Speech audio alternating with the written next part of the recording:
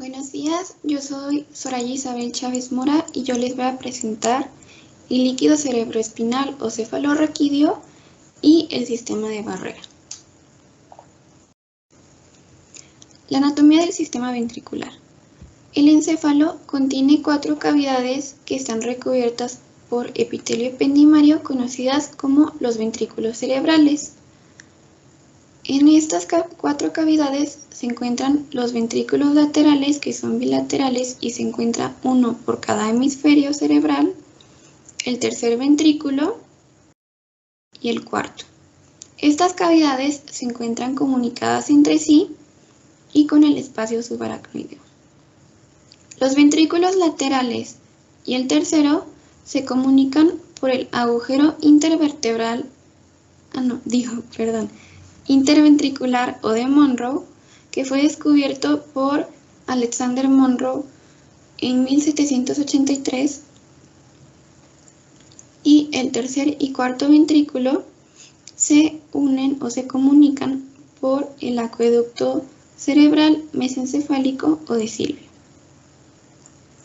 El cuarto ventrículo y el espacio subaracnoideo se comunican a través de los agujeros de Luschka, que son laterales, y el de Magendie, que es medial. El quinto ventrículo. A veces se usa el término del quinto ventrículo para referirse a una cavidad que se desarrolla dentro del septum pellucidum y que en latín se conoce como cavum septum pellucidum. Normalmente, acercándose al término de la etapa prenatal, se va a cerrar esta cavidad, pero en caso de que el feto sea prematuro, puede llegarse a notar en tomografías o resonancias magnéticas, aunque en personas, a pesar de que sean fetos a término o productos a término, puede llegar a haber una persistencia de esta cavidad que puede darse de más allá de los 6 meses de edad con una persistencia de aproximadamente el 6%. Aunque esta cavidad no podría contar como un ventrículo, puesto que no está recubierta por epéndimo, sino por astrocitos y no incluye líquido cerebroespinal. Y esta sería la cavidad del septum pellucidum. Esta sería como se vería en la normalidad, donde en el septum pellucidum no se ve ninguna separación, y aquí se ve una ligera separación del septum pellucidum y aquí también.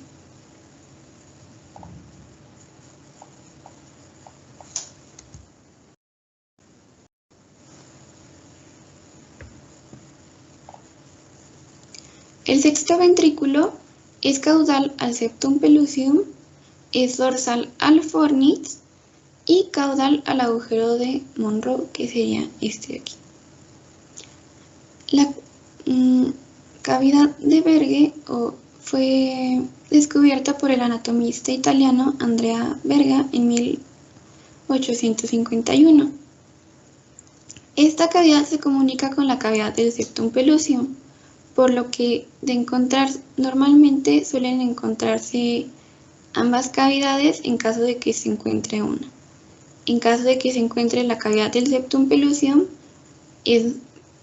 puede ser que se presente la cavidad de Berge debido a que se encuentran comunicadas. Estas dos cavidades suelen estar asociadas con trastornos psiquiátricos, como lo es la esquizofrenia, debido a que se ha visto que en pacientes que presentan esquizofrenia hay una persistencia de estas dos cavidades que en todo caso se contarían como una variante anatómica. La cavidad interventricular, o también llamada cavidad del velo interpuesto, que es esta, es un espacio en forma de triángulo que se forma como un resultado de la separación anormal de las fibras del fornix o de las ramas del fornix. Es dorsal a la cisterna cuadrigeminal, caudal al fornix, dorsal al tálamo y tiende a ser una cavidad grande en los lactantes y se va haciendo más pequeña conforme se acercan a los 2 años de edad. Y esta cavidad va a comunicar con el espacio subaracnoideo. También esta suele ser una variante anatómica que se puede observar en estos estudios de imagenología. Ahora, pues con la anatomía normal, serían los ventrículos laterales que tienen una forma de arco que va a corresponder a cada hemisferio cerebral y se comunican con el tercer ventrículo a través del agujero interventricular de Monroe, que sería este. Cada ventrículo lateral se va a subdividir en 5 segmentos: un cuerno frontal o anterior, que es rostral al agujero de Monroe y tiene aspecto como de mariposa en algunos cortes, debido a que en su techo sería el cuerpo calloso y el septum pellucidum. El fornix es su pared medial y el núcleo caudado se encuentra en la pared lateral o se encuentra abultado. En patologías donde no se ve abultado el núcleo caudado, pueden ser como la corea de Huntington. El cuerpo va desde el agujero de Monroe hasta la parte posterior, hasta que llega al trígono. El atrio o trígono es el área donde confluyen la parte posterior del cuerpo con los cuernos occipital y el temporal. El cuerno occipital o posterior se extiende desde el atrio hacia atrás hacia el polo occipital y el cuerno temporal se extiende desde el atrio hacia abajo y adelante en sentido del lóbulo temporal y termina a 3 centímetros de la punta del temporal.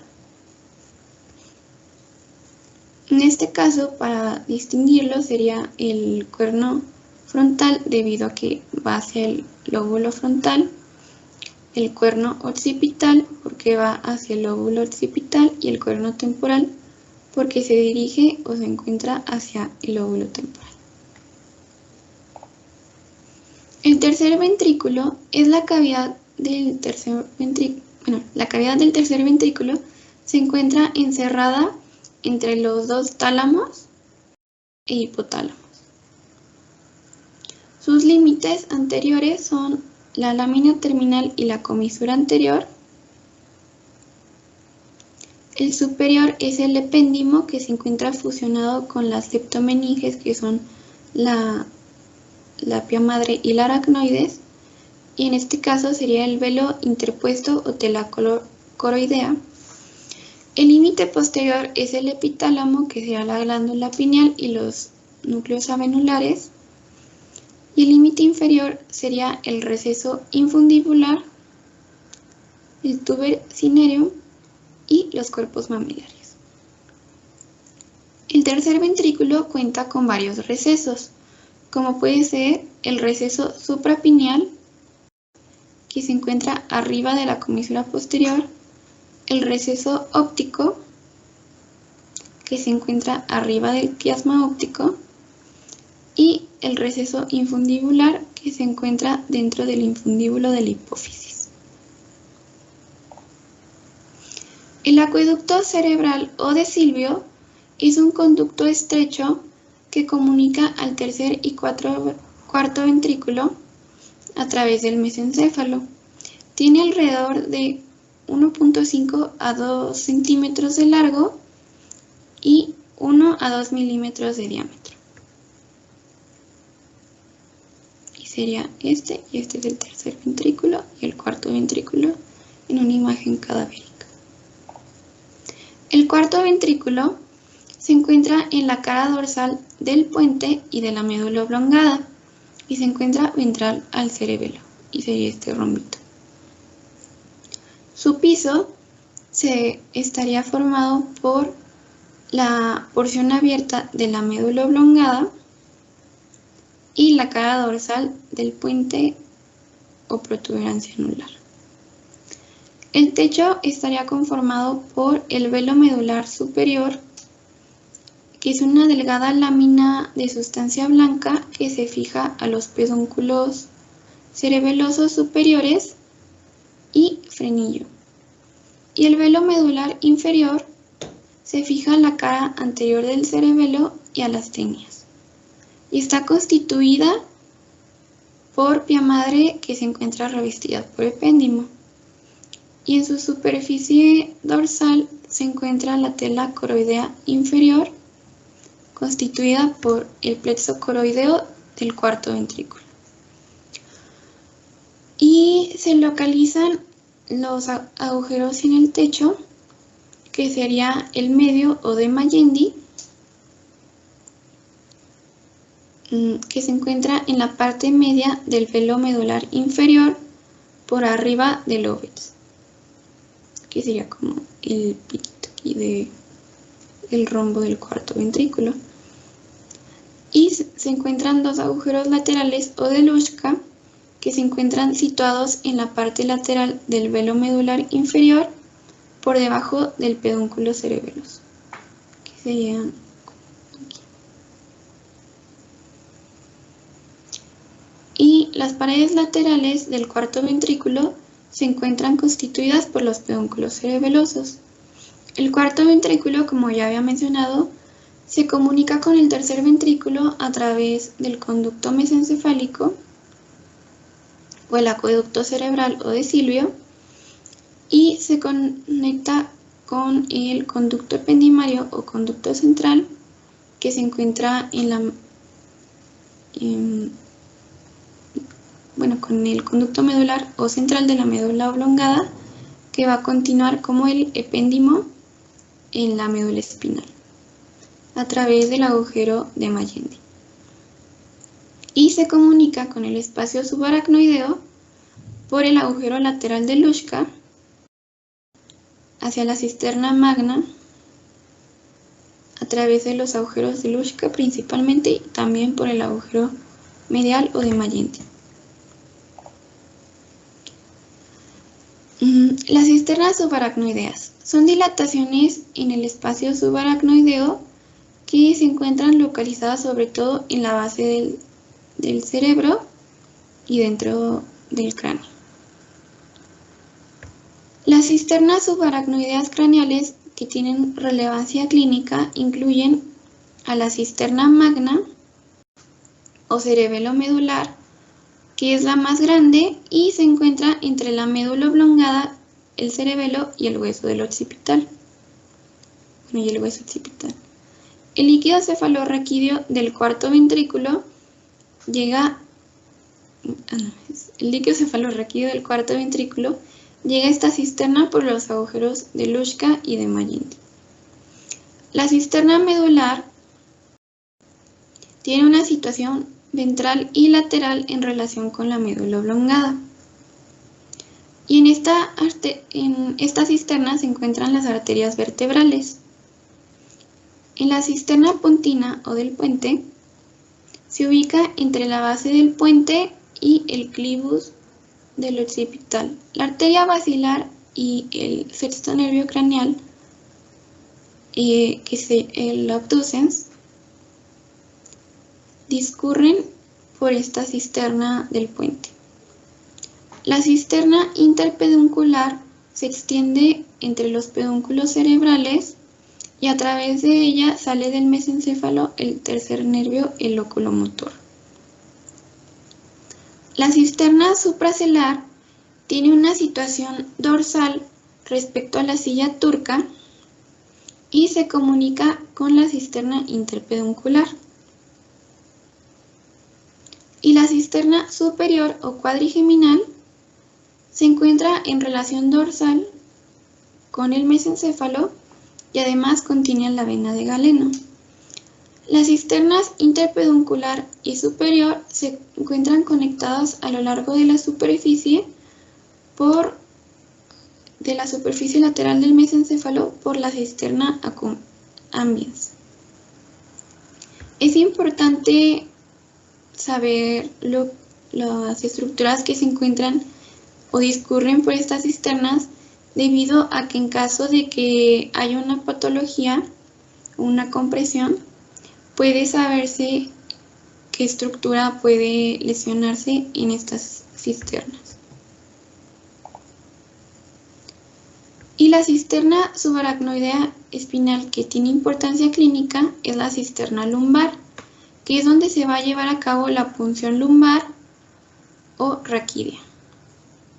El examen de líquido cerebroespinal o cefalorraquídeo tiene un gran valor en el diagnóstico neurológico y puede obtenerse el líquido cefalorraquídeo por el espacio subaracnoideo raquídeo, por la punción raquídea o lumbar, en la cisterna magna o punción cisternal y en los ventrículos laterales por punción ventricular. En este procedimiento, la punción raquídea o lumbar, se introduce una aguja especial en los espacios intervertebrales, ya sea L2 a L3, L3 a L4 o L4 y L5. Se usan técnicas estériles y anestesia local y se inserta con suavidad la aguja en el espacio subaracnoideo y se extrae líquido. En los espacios subaracnoideos y lumbar en los espacios subaracnoideo, lumbar y cisternal y los ventrículos no solo se puncionan para poder obtener el líquido cefalorraquídeo para un examen del estado neurológico del paciente, pero también se pueden usar con el fin de inyectar aire, material de contraste o fármacos para el diagnóstico y tratamiento de patologías neurológicas. En el caso de la cisterna lumbar, se encuentra debido a que la médula espinal termina a nivel de L1, L2 y lo demás se encuentra cubierto por dura madre y meninges hacia el espacio sacro 2. Y este espacio se encuentra lleno de líquido cefalorraquídeo. Los plexos coroideos, que son estos, son unos de los sitios donde se produce el líquido cerebroespinal o cefalorraquídeo y se distribuyen en el cuerpo, trígono y cuerno inferior del ventrículo lateral. Se encuentran en el agujero de Monroe, el techo del tercer ventrículo y la parte posterior del cuarto ventrículo, pero se encuentra ausente en el cuerno frontal o anterior. Los plexos coroideos se componen de vellosidades que se extienden en la pared ventricular y en cada vellosidad hay una extensa red de capilares fenestrados incluidos en estroma de tejido conectivo, y las vellosidades están recubiertas por una capa de epitelio cuboideo y coroideo que se continúa con el recubrimiento de las células ependimarias de la pared ventricular.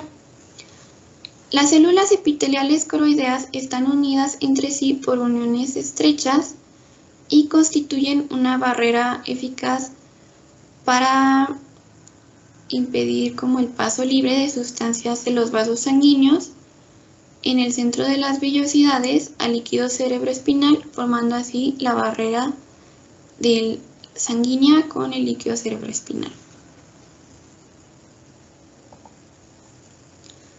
Y los conceptos tradicionales, vamos a ver conceptos tradicionales y actuales sobre el líquido cefalorraquídeo cerebroespinal.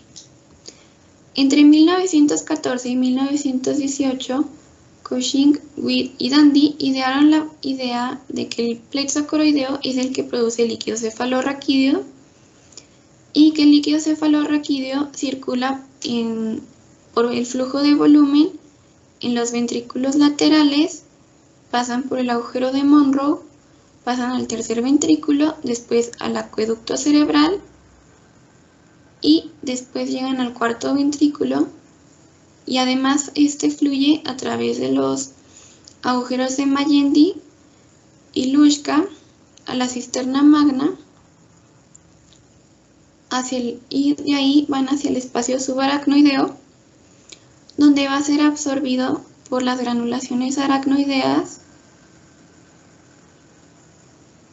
Bueno, se absorbe hacia la circulación venosa a través de las granulaciones aracnoideas en el seno sagital superior.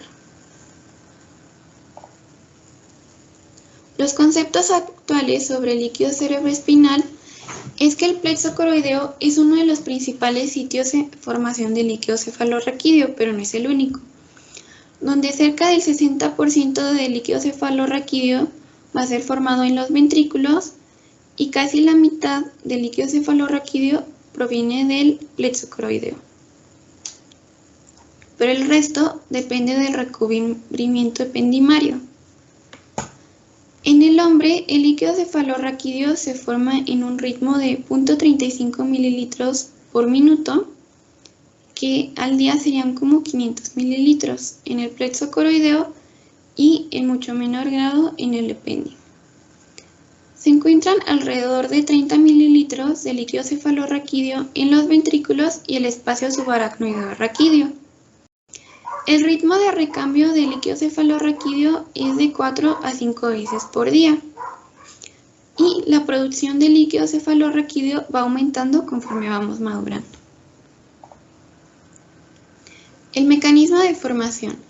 Antes se pensaba y se consideraba que el líquido cefalorraquídeo era un ultrafiltrado del plasma sanguíneo, aunque por pruebas recientes sugieren que el líquido se forma al parecer por los siguientes mecanismos. Por difusión, que es el principal mecanismo de transporte de gases respiratorios y algunos medicamentos que actúan en el sistema nervioso central, y el agua penetra con facilidad en el líquido cefalorraquídeo gracias a la difusión. También se forma gracias al transporte activo de los principales cationes que pasan al líquido cefalorraquídeo a través del plexo coroideo, y son el sodio y el potasio. La concentración del sodio es más alta en el líquido cefalorraquídeo que en el plasma, y este se utiliza para estabilizar el pH y formar una concentración total de cationes en el líquido. La concentración de potasio es más reducida en el líquido cefalorraquídeo que en el plasma. Y para la función de las células nerviosas es crítico que haya un equilibrio apropiado entre el potasio del líquido intracelular con el extracelular. El cloruro es el principal anión en el líquido cefalorraquídeo y difunde al parecer de una manera pasiva a través del plexo coroideo, y su paso se regula de manera estrecha por el transporte del sodio y el potasio. Para que puedan atravesar otras sustancias hacia el líquido cefalorraquídeo usan transportadores, como lo es la glucosa, que es facilitada por un transportador de glucosa que es dependiente de insulina, que es el GLUT1, en el líquido cerebroespinal se encuentra la glucosa debido a que es el principal sustrato energético para el cerebro. La circulación del líquido cefalorraquídeo. Comienza con los ventrículos laterales y a través del agujero que van a irse hacia el agujero de Monroe, y de este va a ir el líquido cefalorraquídeo hacia el tercer ventrículo. De este va a ir hacia el acueducto mesencefálico, cerebral o de Silvio. A partir del acueducto mesencefálico llegan al cuarto ventrículo y gracias a los agujeros de Luschka y de Magendie pueden ir hacia el espacio subaracnoideo, cerebral y en la médula espinal. Después, gracias a que llegan al espacio subaracnoideo, gracias a las granulaciones aracnoideas, puede pasar hacia la circulación venosa en el seno sagital superior. El líquido cerebroespinal o cefalorraquídeo y cómo se reabsorbe. El líquido cefalorraquídeo se reabsorbe a través de las granulaciones aracnoideas al sistema venoso del seno sagital superior y en las lagunas laterales de la dura madre parasagital.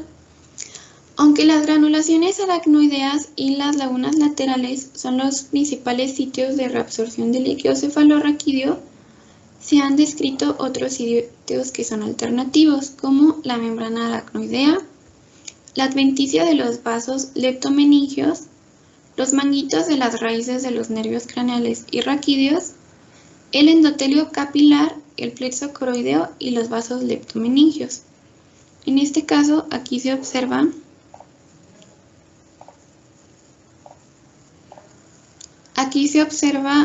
el espacio subaracnoideo,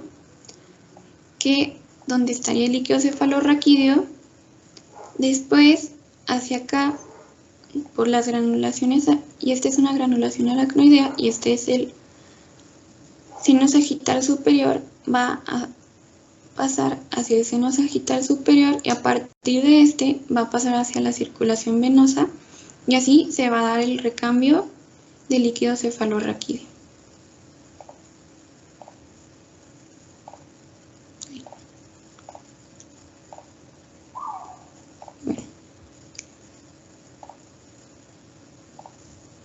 La función del líquido cefalorraquídeo es que sostiene al cerebro dentro del cráneo y hace que flote, evitando que haya atracción entre los vasos y los nervios, y esto se puede ver cuando disminuye el líquido cefalorraquídeo, ya que las personas pueden llegar a presentar cefaleas debido a que hay tracción de los vasos y nervios con la dura madre.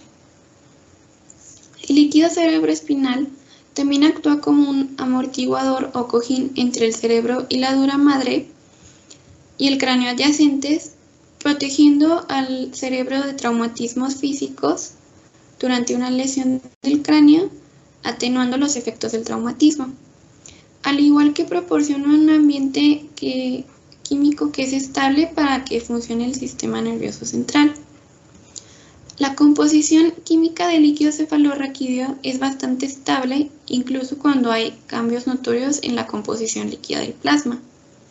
Es por ello que se compone de muchos iones y estos ayudan a que pueda funcionar correctamente el sistema nervioso central. La presión y propiedades del líquido cefalorraquídeo. El volumen del líquido cefalorraquídeo oscila entre los 80 y 150 mililitros. Estas cifras incluyen el líquido contenido en los ventrículos y el espacio subaracnoideo. Solo en el sistema ventricular hay de 15 a 40 mililitros de líquido. Este sería el líquido cefalorraquídeo en su composición normal, que es cristalina. Y la presión del líquido cefalorraquídeo es de 80 a 180 centímetros de agua en una posición recostada, pero cuando se da la sedestación o bipedestación, la presión en la cisterna lumbar se duplica gracias a la gravedad. El líquido cefalorraquídeo es un líquido claro y tiene una densidad de 1003 gramos por centímetro cúbico a 1008 gramos por centímetro cúbico. Tiene escasas células, pero principalmente son linfocitos cuyo número va a variar entre 1 centímetro cúbico a 8 centímetros cúbicos. Y cuando esta cifra supera las 10 células por centímetros cúbicos, puede ser indicativo de una enfermedad o una infección. Y la concentración de glucosa es de alrededor de la mitad de la que existe en la sangre y tiene un contenido en proteínas muy bajo. El sistema de barrera cerebral. El sistema de barrera cerebral está integrado por dos barreras separadas, una que es la hematoencefálica y otra entre la sangre y el líquido cefalorraquídeo. La hematoencefálica se encuentra entre la interfaz entre la pared capilar y la sustancia cerebral, y la de sangre y líquido cefalorraquídeo se encuentra en el plexo coroideo. La barrera hematoencefálica es una capa de los procesos podálicos de los astrocitos, que es la glía limitante, que recubre casi toda la superficie luminal de los capilares cerebrales y cuenta con células endoteliales que son impermeables debido a que no tienen fenestraciones o hoyitos, que son las que recubren a los capilares. Y cuenta con un número elevado, las células endoteliales cuentan con un número elevado de mitocondrias para que éstas le proporcionan un alto nivel de energía. La función de la barrera hematoencefálica es separar la sangre en el interior de los capilares de la sustancia cerebral, impidiendo así la entrada de sustancias de la sangre al cerebro, excepto para sustancias o moléculas pequeñas y lipofílicas. Durante una inflamación o un proceso patológico, puede alterarse la barrera hematoencefálica y permitir el acceso de células y otras sustancias hacia el cerebro. En la barrera de sangre con líquido cefalorraquídeo, las uniones estrechas que unen a las células epiteliales coroideas forman la barrera en este sitio. Las células ependimarias, que son cuadradas y recubren a los ventrículos, no están vinculadas entre sí por uniones estrechas y por lo tanto no forman una barrera entre el líquido cefalorraquídeo y el cerebro. El sistema de barrera cerebral es más permeable en los recién nacidos en comparación con los adultos, dejando así pasar más fácilmente las sustancias. Y en aquellas áreas donde el cerebro carece de un sistema de barrera, se le conocen como órganos circunventriculares y cuentan con una vascularidad abundante, como pueden ser el área postrema en la médula oblongada caudal, la neurohipófisis y el órgano vascular de la lámina terminal y la eminencia mediana del hipotálamo. Y en estas áreas, los capilares en su endotelio sí tienen fenestraciones en comparación de en las áreas donde está la barrera hematoencefálica, que el endotelio, las células del endotelio no tienen fenestraciones. Las fuentes de mi presentación fueron el libro de Neuroanatomía Funcional de Afifi, en la edición del 2020, que es la tercera, y el libro de Barr, El Sistema Nervioso Humano, desde una perspectiva anatómica, la 10ª edición. Espero que les haya gustado y servido mi video de explicación. Y eso es todo. Muchas gracias.